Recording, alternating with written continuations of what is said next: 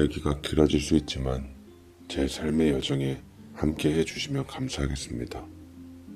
철이 들면서 처절한 배고픔에 저는 눈을 뜨기 시작했지요. 누구보다도 빨리 현실을 보게 되면서 어린 저는 굶주린 들개처럼 골목을 헤맸습니다.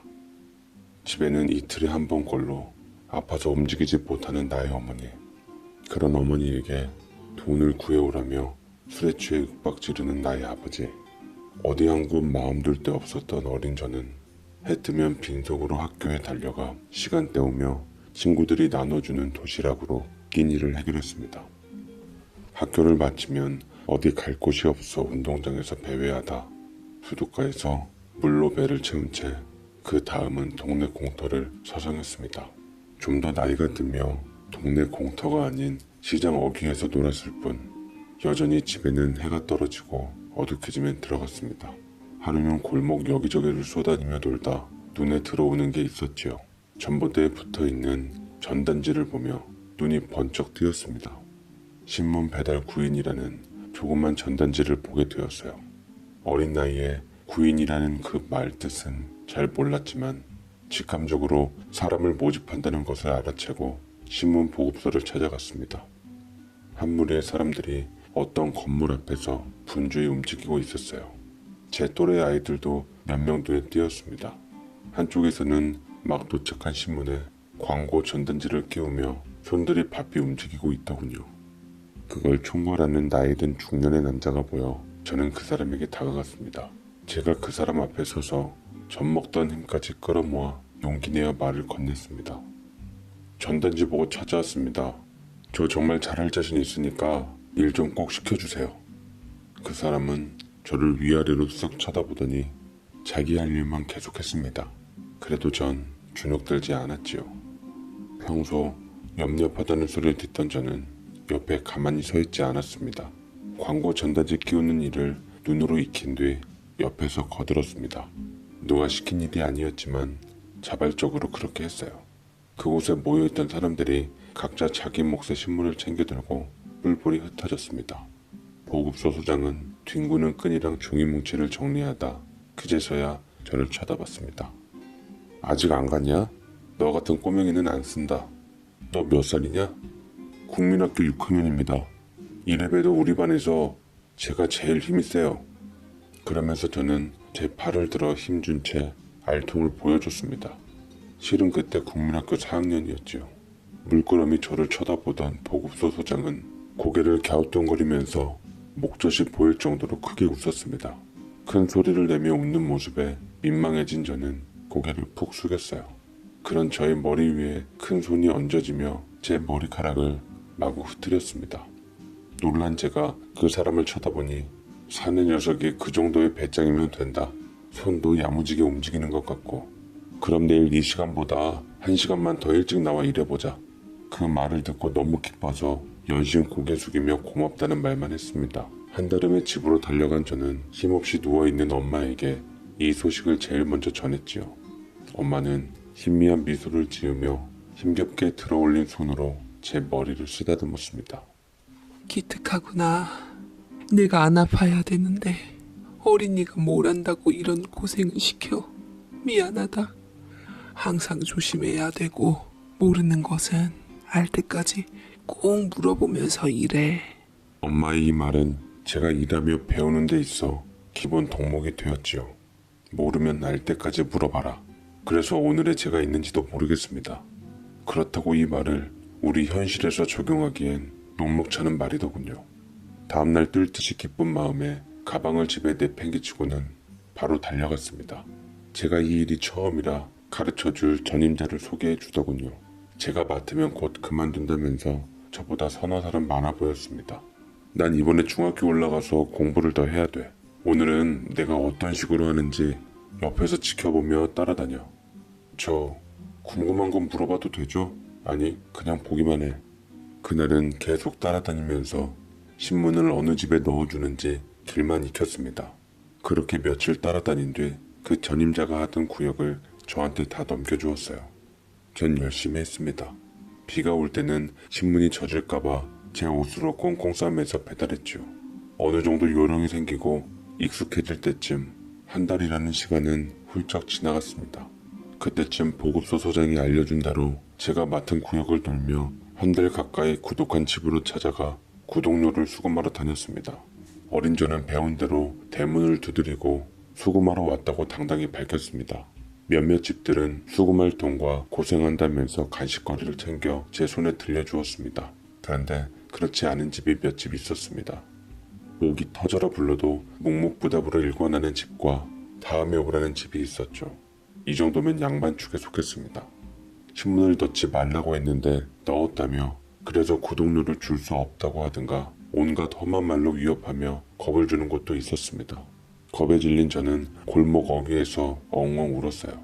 계속 이 일을 해야지 아픈 엄마 약값도 보태고 쌀이라도 사서 밥을 먹을 수 있었으니까요. 수금한 신문대금을 보급소에 입금하니 처음 치고 잘했다며 칭찬해 줬습니다. 하지만 받지 못한 집은 포기하지 말고 받으라고 했죠. 이 말의 뜻을 그때는 제가 잘 이해하지 못했습니다. 그냥 끝까지 받아내는 걸로 알았지요. 그러나 시간이 지난 후 이렇게 나오는 집은 제가 대신 제 돈으로 산학금을 납부하는 것이더군요.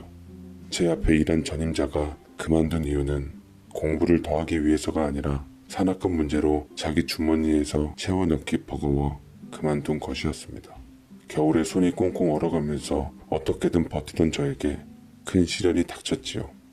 그 집에 수금하러 갈 때마다 냉대를 받던 집이었는데 그게 싫어 제 돈으로 메우다 한계에 이른 것입니다. 어떻게든 그 돈을 받아가야 했어요. 마침 그 집주인이 있었습니다. 그 집은 우리 동네 대로변에서 번듯하게 장사하고 있던 부동산 사무실이었습니다. 그날도 어김없이 저에게 하대하며 돈을 줄 수 없다고 모멸감만 안겨줬습니다. 전 그 자리를 물러서지 않고 엉엉 울고 서 있었지요. 그러면서 속에 담아둔 말이 튀어나왔습니다. 돈 없어 임마. 돈이 없다고 몇 번이나 말하냐. 다음 달에 오라고 했잖아. 쥐콩만한 게 어디서 악다구냐. 저 이돈 못 받아가면 아픈 우리 엄마 약도 못 지어드려요. 며칠 동안 굶어야 해요. 얼른 주세요. 갈수록 제 울음소리가 커져갔습니다. 부동산 사무실 사람은 제가 영업 방해한다며 막무가내로 밀쳐냈죠. 제 울음소리와 시끄러운 소리에 옆집에서 일하던 사람이 뛰쳐나왔습니다. 그곳은 얼마 전에 개업한 국밥집이었죠. 지나갈 때마다 구수한 냄새가 나서 배를 쫄쫄 굶고 배달하는 제 배의 회가 동하던 집이었습니다. 다른 곳에서 장사하다 사정이 있어 우리 동네에서 장사하게 되었다고 하더군요. 국밥이 맛있다고 소문이 나며 식사 시간대마다 사람들이 꽉꽉 차는 집이었습니다. 서럽게 우는 제 울음소리를 듣고 쫓아나온 주인 아주머니는 부동산 사무실 사람에게 한마디 했습니다. 아유, 사장님. 제가 내일 점심시간에 맛있는 수육 서비스로 드릴 테니 이리 서럽게 우는 아이 좀 달래야 하지 않겠어요? 여유가 되시는 대로 조금이라도 용통해 주세요, 배 사장님. 그 말을 들은 그 사람은 머쓱해하며 적선하듯 밀려있는 5개월치 중 2달치를 던져줬습니다. 저는 그거라도 고마워 얼른 주워 주머니에 꽁꽁 넣었어요. 이런 저의 모습을 물끄러미 쳐다보던 국밥집 아주머니는 저를 이끌고 식당으로 데리고 들어갔습니다. 앉을 자리를 내주며 아주머니는 주방으로 들어가 얼른 국밥 한 그릇을 말아들고 왔어요. 제 앞에 뜨끈뜨끈한 국밥을 내밀며 숟가락을 손에 쥐어주었습니다. 배고프지? 얼른 먹어라. 뜨거우니까 조심해서 먹고 내일부터 우리 집에 신문 한 부 넣어주면 고마울 것 같아. 그리고 배고프면 얼마든지 먹고 가도 좋아. 국밥값으로 신문 안 받을 테니 마음 편하게 먹고 가. 알았지? 그렇게 말하는 국밥집 아주머니가 제 눈에는 천사처럼 보였습니다. 새롭게 신문 받아볼 집을 늘릴 때마다 저한테도 성과급이 있는 데다 국밥도 공짜로 준다고 하니 은인이 따로 없었지요. 국밥집 아주머니 덕에 저는 밥을 안 굶게 되었습니다. 그렇지만 집에 누워있던 저희 어머니는 제가 같이 먹지 않으면 굶을 것이 뻔해 보였어요. 아주머니의 호의와 배가 너무 고파서 큰 마음 먹고 먹었습니다. 그래서 저도 모르게 흐르는 눈물을 닦아가며 먹었죠. 아주머니는 울면서 먹는 저를 보시고 체한다며 둘 중 하나만 하라며 제 마음을 풀어주는 농담을 건넸어요. 그 말이 우스워 울던 저는 웃기까지 했습니다. 한 그릇을 후딱 비우고 90도 인사를 꾸벅하며 가벼운 마음으로 뒤돌아섰지요. 그런데 아주머니가 절 불러 세웠습니다. 아까 말했던 것을 취소할까봐 긴장된 마음으로 뒤돌아섰을 때 아주머니는 봉투에 담긴 것을 저한테 내밀었습니다. 엄마가 많이 아프다며? 이거 엄마 갖다 드려라. 김치도 좀 넣었는데 안 매운지 모르겠다. 저는 국밥집 아주머니가 베푸는 친절에 저도 모르게 또 눈물을 흘렸습니다. 목이 메어 말이 나오지 않고 고개만 계속 꼬박거렸죠. 아주머니는 식기 전에 얼른 집에 가서 어머니한테 챙겨주라며 제 등을 떠밀었습니다. 그날 그 자리에서 많이도 울었네요. 수금을 못해 두려워서 울고 저 혼자 먹어 어머니 생각이나 울고 고마워서 울었으니 그 몇 시간 동안 온탕과 냉탕을 넘나든 기분이었습니다. 집으로 돌아와 어머니에게 전해드리니 어떤 분이 그렇게 고마울 수가 있냐며 어머니의 눈가는 촉촉해졌습니다. 그리고는 국밥과 김치를 남기지 않고 맛있게 드시더군요. 흐뭇하게 바라보던 저도 한참을 드시는 모습만 지켜보았네요. 다 드시고 난 어머니는 저에게 또 다른 가르침을 주셨습니다. 너한테 그런 말을 그 사장님이 하셨어도 사람은 염치가 있어야 해. 매일 오라고 한다 해서 장사하는 집에 그렇게 가는 게 아니야. 가끔 한 번씩 들려도 되지만 자주는 안 갔으면 한다. 저는 어머니의 이 말을 새겨듣고 한 달에 한 번 수금할 때만 가서 배불리 얻어먹었습니다. 국밥집 아주머니는 서운해하시며 자주 들리라고 했지만 어머니의 그 말이 제 머릿속을 떠나지 않더군요. 사계절을 그 아주머니와 알고 지내며 학업을 병행한 채 신문 배달로 제 생활을 이어갔습니다. 아버지의 술주정은 날이 갈수록 심해져 갔어요. 간간히 하던 일용직 일도 안 하는 날이 더 많아졌지요. 어린 제가 감당하기에는 버거웠습니다. 시간은 흘러 어느덧 저도 중학생이 되었어요. 이제는 학비마저 제가 마련해야 했습니다.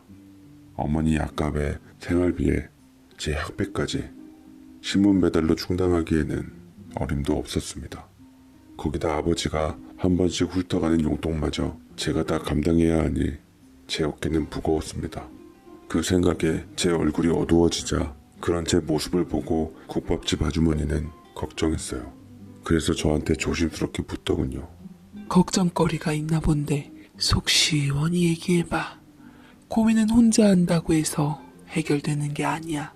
수금이 힘들어서 그래? 저는 이제 수금하는데 요령이 생겨 그건 걱정이 아니라고 말했습니다. 돈을 좀 더 벌고 싶다고 솔직하게 털어놓았어요. 아주머니는 그런 거 가지고 고민한다며 제 등을 토닥였습니다. 그렇다면 학교 마치고 국밥집에서 일하라고 하셨지요. 저는 그 말이 너무 고마웠습니다. 새벽에 신문 배달을 하고 저녁에 국밥집에서 일하면 제 고민이 말끔히 해결될 것 같았습니다. 그래서 저는 아주머니의 배려로 국밥집에서 일을 했습니다. 몸은 참 힘들었지만 걱정거리가 사라지니 힘이 솟았지요. 보급소 소장님도 제 사정을 익히 알고 있던 터라 새벽으로 옮겨주셨습니다. 모자라는 잠은 쉬는 시간 틈틈이 자며 저는 이겨냈습니다. 제가 국밥집에서 일하며 아주머니에 대해 몰랐던 많은 사정을 알게 되었습니다. 아주머니는 홀로 딸을 키우고 계셨는데 저보다 4살이 많았습니다. 어릴 적 집 앞에서 놀다 사고로 다리를 다쳐 치료받고 있었지요. 그래서 아주머니가 전에 장사하던 곳을 정리하고 재활치료를 하는 병원이 있는 가까운 우리 동네로 이사왔던 겁니다. 꾸준한 치료 덕분이었는지 자세히 지켜보지 않으면 표가 안 났습니다. 가끔 시간 될 때마다 카운터를 보러 와서 저는 누나라고 불렀지요. 제가 국밥집에서 하는 일은 주방과 홀을 뛰어다니며 전천후로 했습니다. 그런 저를 아주머니는 기특하다며 제가 받기로 한 월급보다 웃돈을 얹어주셨어요. 월급은 누나가 계산해서 아주머니한테 전달해주면 우리는 뿌듯해하며 서로 박수 쳐주고 축하하는 분위기 속에서 받았습니다. 한 달을 무사히 잘 견뎠다는 서로에 대한 응원 같은 울림이었죠. 그런데 그날 다른 사람들 월급 봉투는 아주머니가 전달해 주었는데 제 것은 누나가 직접 줬습니다. 밤돌, 얘따. 한 달 동안 고생했어. 그리고 제 귀에 대고 좀 더 넣었다며 속삭였습니다. 이건 네가 내 심부름을 잘해줘서 주는 거니까 부담 갖지 마. 앞으로도 종종 부탁할게. 밤돌? 저는 그 말을 듣고 그래도 되냐는 표정을 지었습니다. 누나는 걱정하지 말라는 손짓을 하며 얼른 집에 가라고 했어요. 집에 와서 확인해 보니 아주머니가 주는 웃돈에 몇만 원이 더 들어 있었습니다. 새벽에 신문 배달로 일해 번 돈과 그 돈은 제 자신의 미래를 위해 저축했습니다. 저축한 통장을 들여다보자 희망이 생기는 듯 했지요. 그러나 그것도 저의 일장 춘몽에 지나지 않았습니다. 아버지의 술 의존도는 높아져 갔어요. 술에 취해 파출소에서 잠들기를 여러 번, 그러다 도로변에서 잠이 들어 큰일을 당했지요. 아버지를 치고 간 차를 찾지 못해 뺑소니 사건으로 처리되었습니다. 어린 제게 짐이 되어서 그랬는지 많은 눈물이 나지 않았어요. 상주로 장례식장을 지켰지만 찾아오는 사람도 별로 없었습니다. 그런 텅 빈 장례식장을 한순간 시끌벅적 거리더니 일련의 사람들이 들어왔지요. 국밥집 아주머니와 보급소 소장님이었습니다. 그 순간 저도 모르게 눈물이 왈칵 쏟아졌지요. 같이 일하시는 분들은 물론 누나도 같이 왔더군요. 거기다 제가 잘 알지 못하는 분들이 저에게 조문하며 텅 빈 장례식장을 가득 채워주셨습니다. 장례식장 입구에 몇 개의 화환이 쭉 늘어서 있었어요. 제가 잘 모르는 단체명과 이름이 쓰인 채 질비하게 늘어서 있었습니다. 어머니는 이런 광경을 보고 아픈 몸을 추슬러서 일일이 감사 인사 드렸습니다.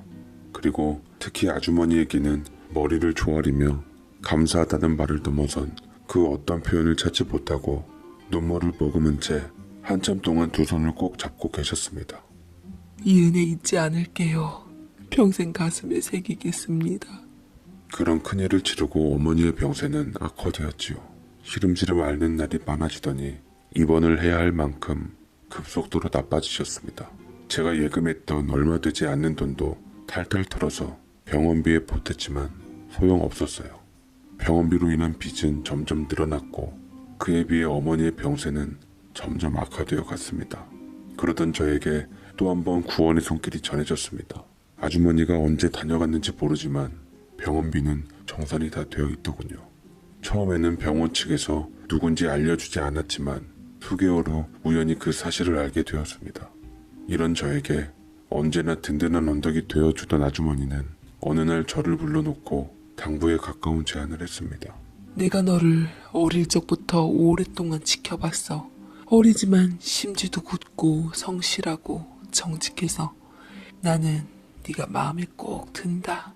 너희 엄마한테는 미안하지만 내가 너 수양 아들로 삼고 싶은데 네 생각은 어떠니? 전 이 말을 듣고 심장이 쿵쾅거렸습니다. 제 나이 17살 때였습니다. 저희 진짜 어머니는 병상에 누워 계셨지만 저를 아들 삼고 싶어하는 어머니는 제가 곤란한 처지일 때마다 제 옆에 계셨습니다. 전 속으로 네, 제 어머니 해주세요. 어머니 라고 당장 외치고 싶었지만 그럴 수는 없었어요. 병상에 누워 계시지만 어머니의 허락을 받아야 될 것 같았지요. 어머니한테 허락받고 알려드려도 괜찮겠습니까?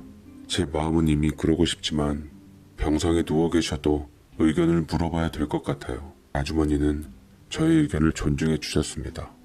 어머니는 제가 하는 말을 알아들었지만 의사소통은 불가능했지요.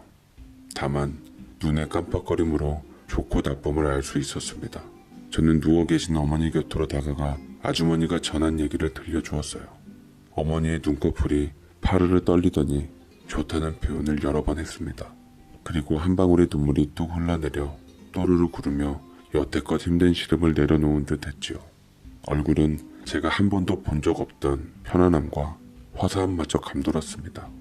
제가 잡고 있던 어머니 손에서 힘이 빠졌어요. 어머니는 제 걱정에 힘겨운 생명의 끈을 부여잡고 계셨던 모양이었습니다. 아들의 앞날이 좋은 분과 연이 이어진다는 것을 듣고 안심하신 것 같았죠. 제 눈에서는 하염없이 눈물이 흘렀습니다. 그나마 어머니 가시는 마지막 길을 지킨 것이 저를 위안할 뿐이었어요. 아주머니는 어머니의 부음을 듣고 득달같이 달려와 저의 슬픔을 함께했습니다. 저는 그날부터 아주머니를 어머니라 부르고 아주머니는 저를 아들이라고 불렀습니다. 천의 고아라고 생각한 순간 하늘은 저에게 또 다른 어머니를 보내주셨죠. 그렇게 양어머니와 저의 새로운 인연은 시작되었습니다. 몇 달 간격으로 양친을 다 잃은 저에게 양어머니는 세심한 배려를 해주셨지요. 하루에도 감정이 수십 번 널뛰게 하는 저를 자유로운 눈빛으로 바라보시며 그럴 수 있다. 마음속에 꼭꼭 담아놓는 것보다 그렇게 풀어라. 그래야지 속병이 안 생긴다. 자책하지 말아라. 그런 양어머니의 너그러운 말에 제 스스로 반성하게 되었습니다. 저는 시간이 지날수록 점차 안정이 되어갔고 얼굴에는 예전처럼 생기가 돌았습니다. 그리고 새벽에 하던 신문 배달도 그만두게 되었습니다. 학업에 더 열중하라는 양어머니의 부탁이 있었어요. 이 모든 게 양어머니의 덕분이었습니다. 한창 성장기에 있던 저는 한 해 동안 갑자기 자라 관절이 많이 아팠습니다. 자라면서 끙끙 앓을 정도로 힘들어하니 양어머니는 잠도 못 주무시고 제 다리를 주물러 주시며 밤을 샌 적이 한두 번이 아니었어요. 보약도 지어주시고 식당에서 제일 좋은 고기는 제 차지가 되더군요. 양어머니가 저한테 이러는 걸 보고 누나는 새침해져서 밤톨에서 꺽다리라고 부르며 참견했습니다. 그러면서 별별 심부름을 다 시키고 이래야 동생 자격이 생긴다며 이상한 억지를 부렸어요. 양어머니는 누나가 이럴 때마다 제발 동생 괴롭히지 말고 잘 돌보라며 신신당부했습니다. 양어머니의 간곡한 부탁이 통했는지 누나는 제 옷도 사주고 누나 친구들에게 자랑하며 소개도 해주더군요. 잘 봤지 얘들아? 내 동생이야. 어디 가서 내 동생만큼 멋진 애 봤어? 얘가 이렇게 큰데 순한 강아지야. 맞다. 리트리버 같이 말이야. 나 좀 소개시켜주면 안 돼? 안 돼. 절대 안 돼. 그렇게 저를 놀렸지만 싫지 않았습니다. 저는 못 모르고 같이 따라 웃었어요. 그 모습에 누나 친구들은 배를 잡고 깔깔 웃었습니다. 새로운 가족이 생긴 저는 너무 좋았어요. 양어머니는 하나뿐인 아들이라며 챙기고 누나는 하나뿐인 동생이라며 챙겼지요. 오래 살지 않은 제 평생 동안 돌아가신 부모님에게는 미안했지만 정말 제일 행복했습니다. 그러던 제가 고등학교를 졸업할 무렵 양어머니는 저에게 대학에 들어가라고 하더군요. 그러나 저는 한사코 거부하며 양어머니의 국밥을 배우고 싶었습니다. 양어머니의 국밥이 특별해 어느 식품에서 찾아와 계약하자고 할 정도였어요. 그런데다 주방에 일하는 사람이 툭하면 말썽을 피워 양어머니에게는 근심거리였습니다. 그런 양어머니를 위해 제가 걱정을 덜어드리고 싶었지요. 저는 그동안 어깨너머로 어떻게 하는지 보았지만 정식으로 배워보고도 싶었습니다. 국밥 만드는 것이 쉬워 보여도 그렇지 않다며 쉽게 결정하지 말라고 하시더군요. 시간을 두고 생각해보라며 양어머니는 제가 신중한 결정을 하길 원했습니다. 다른 한편으로는 그 일이 너무나 고된 걸 아셨기에 저를 위한 아낌없는 배려였어요. 그러나 결국 양어머니는 고집을 꺾지 않는 제 의견을 들어주셨습니다. 그리고 저는 단 하나의 조건을 붙였어요. 네가 배우고 싶다면 가르쳐주마. 그것이 1년이 될지 2년이 될지 아니면 네가 이 세상 하직하게 될 때까지 배우게 될지도 몰라. 그런 국밥 하나 가지고 라는 생각이라면 아예 할 생각은 하지 말기를 바란다. 그리고 힘들면 언제든지 포기하고. 저는 양어머니의 조건에 무조건 따르기로 하고 다음 날부터 도제식 배움으로 들어갔습니다. 제가 몇 년을 국밥집에서 일했지만 모든 걸 처음부터 다시 해야 했습니다. 그것도 양어머니의 감독하에 말이죠. 양어머니는 엄격했습니다.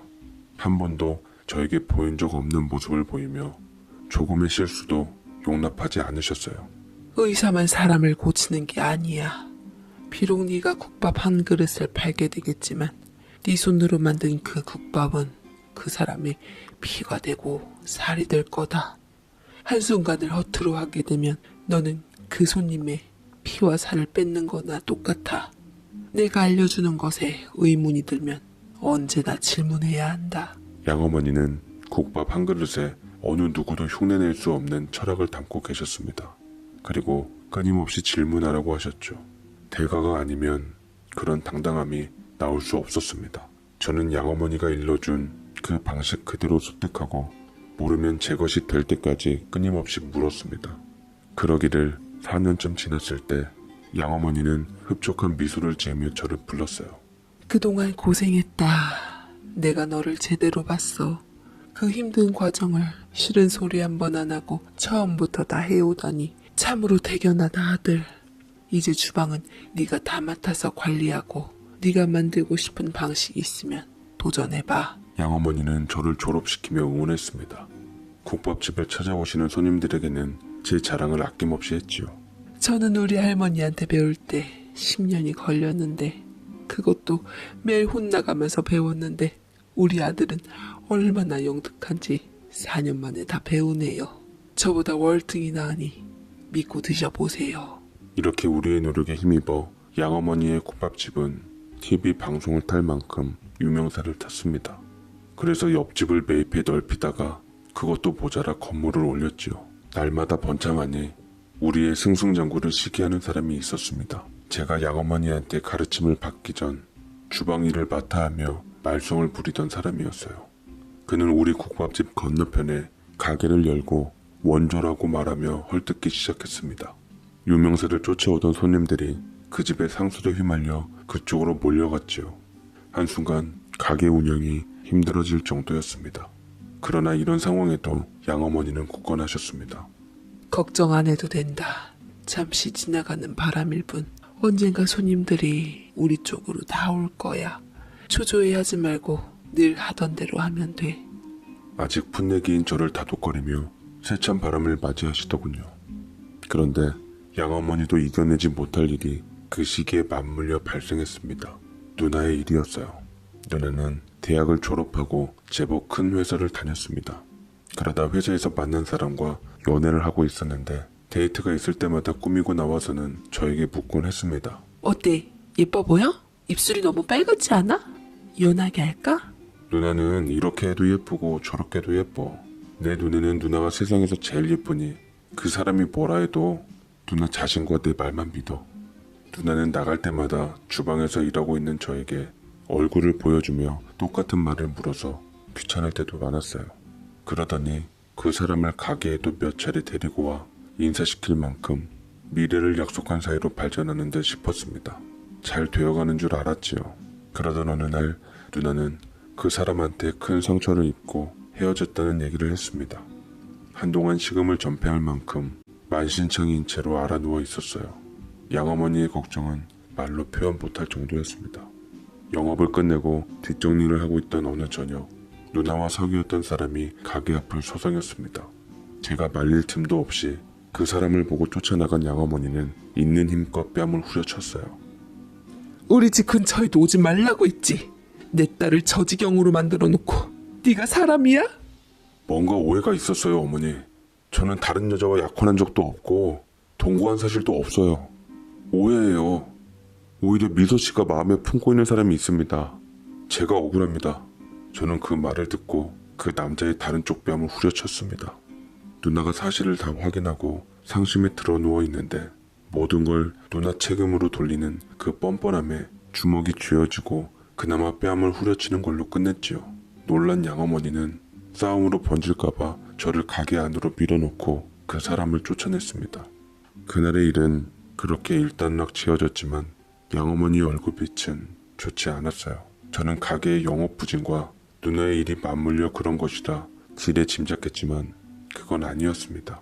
양어머니의 예상대로 맞은편 경쟁 가게로 갔던 사람들이 하나둘씩 발길을 돌려 우리 가게로 몰려들었습니다. 양어머니의 선견지명이 맞았지요. 가게는 다시 예전처럼 북적거리고 활력을 되찾아 갔습니다. 누나도 자리를 털고 일어나 일상으로 돌아갔지만 얼굴에는 그늘이 드리워져 있었어요. 양어머니 또한 마찬가지였습니다. 누나와 양어머니의 시름이 깊어져 가는 것 같아 보다 못한 제가 나섰습니다. 쉬는 날 두 사람을 모시고 외곽으로 나가 멋진 저녁을 대접했어요. 그것도 한순간 두 사람은 서로를 마주보며 맛있는 음식을 입에도 대지 않았습니다. 제가 머쓱해하자 드는 신용만 했지요. 그렇게 어색한 시간이 흐르며 책무만이 감돌았습니다. 제가 먼저 말을 꺼냈어요. 어머니, 누나, 저 서운해요. 요즘 왜 이러시는지 제가 다 서운합니다. 저한테 말 못할 이야기라도 있어요? 아니면 제가 뭘 잘못했는지. 양어머니와 누나는 손사래를 치며 절대 아니라고 했습니다. 그러면서 서로 또 눈치를 살폈죠. 그러더니 양어머니가 먼저 어렵게 말을 꺼냈습니다. 저번에 미소랑 사귄 사람 봤지? 싫은 말이지. 그 사람 말이 다 틀린 건 아니다. 글쎄 그 사람이 속이고 우리 미소한테 접근했지만 미소도 막상 결혼까지 생각하니 진짜 본 마음을 안 거야. 엄마 그만해. 누나는 얼굴이 빨개지며 양어머니의 입을 막으려 했습니다. 양어머니는 누나의 손을 뿌리치고 날렵하게 다른 자리로 옮겨 앉더니 나머지 말을 쉬지 않고 속사포처럼 쏟아냈어요. 이것이 널 좋아한단다. 오래전부터 그랬대. 너는 우리 미소 어떻게 생각하냐? 전 이 말을 듣고 순간 제 귀를 의심했습니다. 한 번도 누나를 이성적으로 생각해 본 적이 없었는데 이렇게 훅 들어오니 정신이 나가는 줄 알았죠. 턱이 빠질 만큼 입을 벌리고 있는 저를 보며 두 사람은 난처해했습니다. 한편으론 양어머니의 얼굴은 그동안의 어둠이 걷히고 환해지기 시작했어요. 급기야 누나는 얼굴을 가린 채 흐느껴 울었습니다. 제가 이 사태의 주범이었죠. 정신이 혼미한 저에게 상반된 얼굴의 두 사람이 들어오자 빠진 턱을 끌어올렸습니다. 그리고 점점 어깨를 들썩이며 울음소리가 커져가는 누나의 모습이 제 마음을 찢어 놓았어요. 볼 것 없는 저 때문에 저토록 아파하는 것이 제 눈에 들어왔습니다. 양어머니에게 눈짓으로 잠시 나가달라고 말없이 부탁하자 고개를 끄덕이고 자리를 비켜주셨습니다. 저는 누나에게 다가가 말없이 껴안아 주었습니다. 누나는 목을 놓아 울더군요. 한참을 그러고 있자 누나가 울음을 그친 채 퉁퉁 붓고 빨개진 눈으로 저를 쳐다봤습니다. 언제부터였어? 나 눈치 좀 채게 해주지. 널 혼란스럽게 해서 미안해. 저는 누나의 눈물을 닦아주고 다시 안아주었습니다. 오래 기다리게 하지 않을 테니 시간을 달라고 했어요. 누나는 저를 쳐다보고 고개를 끄덕였습니다. 집으로 돌아온 저는 누나의 마음을 못 알아챈 제 자신이 한심해서 두 사람을 힘들게 했다는 생각으로 밤새 뒤척거렸죠. 다음날 어색한 저와는 달리 양어머니는 활기찼습니다. 우리 국밥집의 유명세를 쫓아 많은 사람들이 찾아와 체인점 의뢰를 했습니다. 양어머니는 이 모든 걸 단칼에 거절했습니다. 맛이 변할 수 있다는 단 하나의 신념 때문에 말이죠. 그러나 제 생각은 달랐습니다. 양어머니에게 제 의견을 말했어요. 어머니, 앞집은 스스로 망해갔지만 또다시 이런 일이 생기지 말라는 법은 없을 거예요. 어머니가 저에게 가르쳐 주신 것처럼 뜻이 있는 사람에게 길을 찾게 해주는 것도 좋은 방법일 것 같습니다. 양어머니는 저를 쳐다보시고 환하게 웃으며 제 손을 꼭 잡았습니다. 역시 나보다 낫구나. 나는 하나만 생각했는데 너는 국밥 하나로 여러 사람을 살릴 생각을 했구나. 그래서 미소가 너를 좋아하나 보다. 저는 그 말을 듣고 귀가 빨개지는 게 느껴졌습니다. 그리고 고개를 들지 못했죠. 양어머니는 저의 이런 모습을 보고 소리내어 웃으시더니 제 마음 가는 쪽으로 결정하라고 하시더군요. 어떤 걸 선택하든 양어머니의 아들이니 원하는 걸 하라고 하셨습니다. 그런다고 해서 우리의 족보가 꼬이는 건 아니라면서 농담 같은 진담으로 제 마음의 짐을 덜어주려 하셨어요. 전 양어머니와 누나를 지켜주고 싶었습니다. 아무것도 가진 것 없던 저를 돌봐주고